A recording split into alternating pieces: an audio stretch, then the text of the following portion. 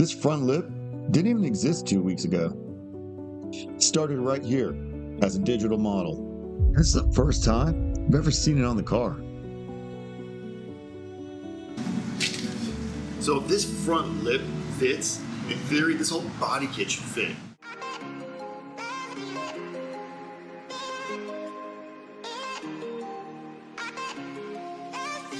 Today we're going to find out if this digital design actually survives the real world. Let's check out these curves.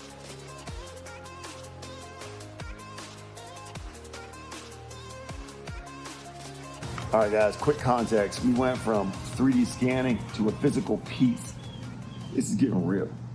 Everything you're seeing here is built from scratch in Fusion 360. This front lip is really going to set the attitude of this entire build up. And if this piece doesn't fit, none of it really matters.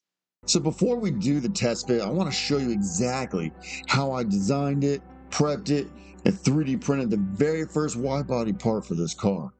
Now before we hit print on any of these parts, man, prep is everything. If you don't do that, you'll be wasting a lot of filament and a lot of time. Now when you design in forms, your part comes in basically like a sheet of paper with no thickness, and you just can't print that. So what I would like to do is I convert it to a solid. I thicken it to about 3 millimeters. And with the PETG filament that we're going to use, it gives you a really strong test fit part that can survive the whole molding process that we're going to do later. All right, so now we're getting a lot closer to 3D printing, but my print bed is a lot smaller than this part, as you can see here. So we need to split that into sections, and how many pieces really depends entirely on your printer size. So I'm using the Raise 3D Pro 2 Plus series, which is pretty large and a great really printer for the money if you're looking for one. Now we're going to hop back into Fusion 360 to create these cut lines.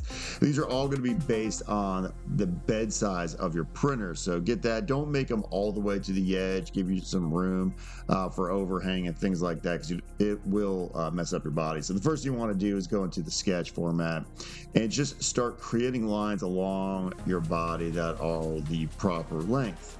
And then we're going to split the body on those using the split tool within Fusion, and rinse and repeat for as many times as you need to get your part printed out. And then we're going to need some alignment pegs. And these alignment pegs save me from completely losing my shit. Believe me, without it, it's like building a Lego set without the instructions. Near impossible. We're going to open up our slicers so we can 3D print this piece. I'm going to orient everything flat onto the bed, add supports where needed. So if there's any overhangs, those get supported by filament so it can actually build, and it's not just 3D printing in thin air. Then we're going to make sure the visible surface prints clean. And now we're going to let the printer do its thing. And watching something you design from scratch come to life like this just never gets old. 3D printers really are the bee's knees. Time to put her together. Now this is just a test fit, but clean parts give accurate results. I used some crazy glue and tape, and then I reinforced the inside with foam for some rigidity. She's looking pretty good. All right, here she is all assembled and glued together. She's a little rough now, but she looks mean. I can't wait to get her on the car. This is it. Let's see if my skills are worth it. Oh, that is dead on.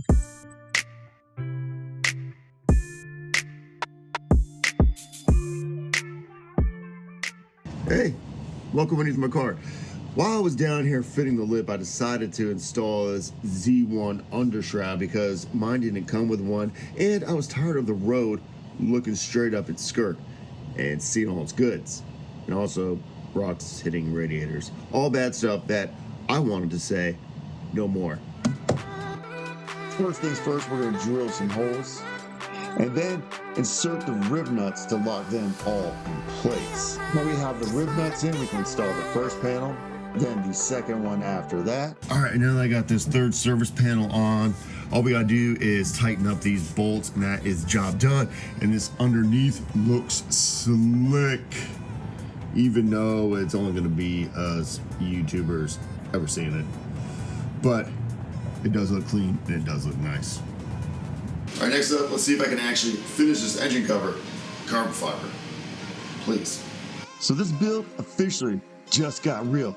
I can see the vision going from this digital to a reality now, and I'm pretty damn psyched. So this Blue Eyes project is only getting better. So like and subscribe so you can follow along, because this thing's only gonna get more crazy, outrageous, and possibly violent. See you next time, guys. Peace.